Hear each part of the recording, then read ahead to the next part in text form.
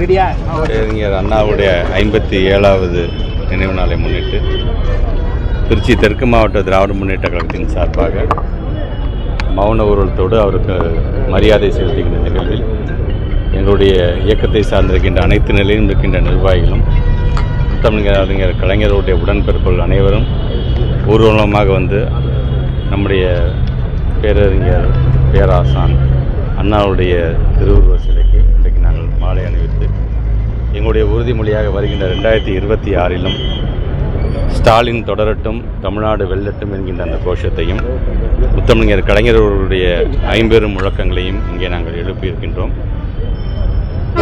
இந்த ஆண்டு என்பது நம்முடைய தமிழ்நாட்டு முதலமைச்சர் சொன்ன மாதிரி தான், கருத்து கணிப்பெல்லாம் கடந்து இன்னும் அதிகப்படியான இடங்களில் நாங்கள் வெல்வோம். நாட்டு மக்களுக்காக தொடர்ந்து நாங்கள் உழைப்போம். உழைக்கக்கூடிய அந்த நல்ல நம்பிக்கையை தொடர்ந்து மக்கள் எங்கள் மீது வைத்திருக்கிறார்கள் என்கின்ற அந்த எண்ணம் எங்களுக்கு என்றைக்குமே உண்டு. சார், அநீதி அராஜகம் தில்லும் உண்டு, இதுதான் வந்து திருக்குறள், புது திருக்குறள் இல்லை. நான் அது அவங்களுடைய கட்சி சார்ந்து அவங்களுடைய ஒரு ஆண்டு விழாவில் வந்து அவங்களுடைய தோழர்களை உற்சாகப்படுத்திட வேண்டும் என்கிறதுக்காக அவர் பேசியிருக்கிறதா தான் நான் நினைக்கிறேன்.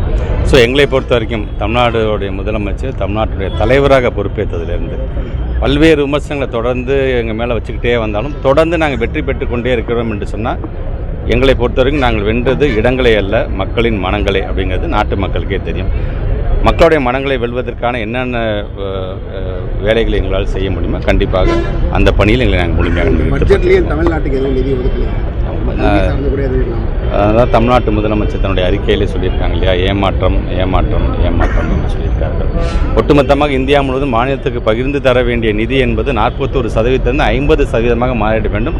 16வது நிதிக்குழுவிலாவது அது சரி செய்யப்படும் என்று நினைத்தோம். ஆனால் மீண்டும் அந்த 41 தான் தொடர்கிறது என்பது கவலை அளிக்கக்கூடியதாக இருக்கின்றது. குறிப்பாக அந்த 41ஐயும் பிரித்து தரும்பொழுது தமிழ்நாட்டுக்கு வெறும் 4.097% தான் நாங்கள் கொடுக்குற வரி பணத்திலிருந்து எங்களுக்கு திருப்பி தந்தாங்கன்னா திட்டங்களை எப்படி எங்களால் செயல்படுத்திட முடியும்?